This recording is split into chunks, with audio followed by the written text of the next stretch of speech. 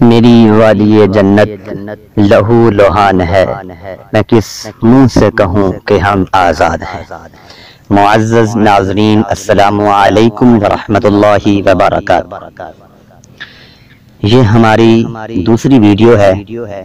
پہلی ویڈیو میں حدیث غزوہ ہند، سلطان صلاح الدین ایوبی، حضرت خالد بن ولید کا پیغام اور جہاد کی آواز بلند کی۔ اس ویڈیو میں ہم آپ کو بتائیں گے کہ ہم کشمیریوں کے ساتھ کیسے کھڑے ہیں۔ 72 سالوں سے ہم کشمیریوں کے ساتھ کھڑے ہیں۔ لاکھوں کشمیری شہید ہو گئے، ہم ساتھ کھڑے ہیں۔ لاکھوں بچے یتیم ہو گئے، ہم ساتھ کھڑے ہیں۔ ہزاروں کشمیری بہن بیٹیوں کی عزتیں لٹ گئیں، ہم ساتھ کھڑے ہیں۔ ہزاروں عورتیں بیوہ ہو گئیں، ہم ساتھ کھڑے ہیں۔ ہزاروں کشمیری اپاہج اور معذور ہو گئے، ہم ساتھ کھڑے ہیں۔ اب کشمیریوں کی شناخت ختم کر دی، ہم ساتھ کھڑے ہیں۔ پوچھنا یہ تھا کہ ہم زندہ کھڑے ہیں یا مردہ۔ جب حکمران بے غیرت ہو جائیں اور اختیارات رکھنے والے بے شرم ہو جائیں تو پھر امت مسلمہ یوں ہی رسوا ہوتی ہے۔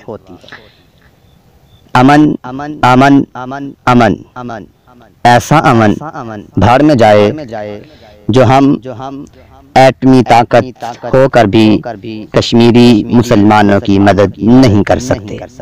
افسوس اس بات پر کہ کشمیری ہمارے اوپر امید لگا کر بیٹھے ہیں اور ہمارے حکمران کہتے ہیں کہ جنگ مسئلے کا حل نہیں، اور اقوام متحدہ کی طرف دیکھ رہے ہیں۔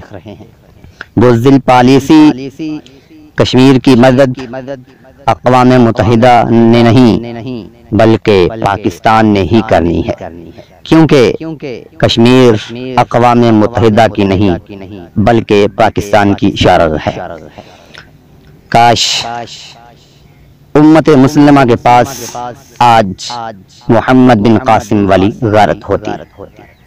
امت مسلمہ کے پاس اگر آج ایٹم بم نہ بھی ہوتا، صرف محمد بن قاسم والی غیرت ہوتی تو آج کشمیر آزاد ہو چکا ہوتا۔ وفاقی دارالحکومت میں 31، صوبائی دارالحکومتوں میں 21 توپوں کی سلامی دی گئی۔ اگر یہی سلامی انڈیا کو دی جاتی تو آج کشمیر سلامت ہو جاتا۔ جہاد کا اعلان کیا جائے، پوری ملت پوری قوم آپ کے ساتھ اور آپ کے شانہ بشانہ کھڑی ہوگی۔ انڈیا کا بس ایک ہی علاج، الجہاد الجہاد۔ انڈیا کا بس ایک ہی علاج، الجہاد الجہاد۔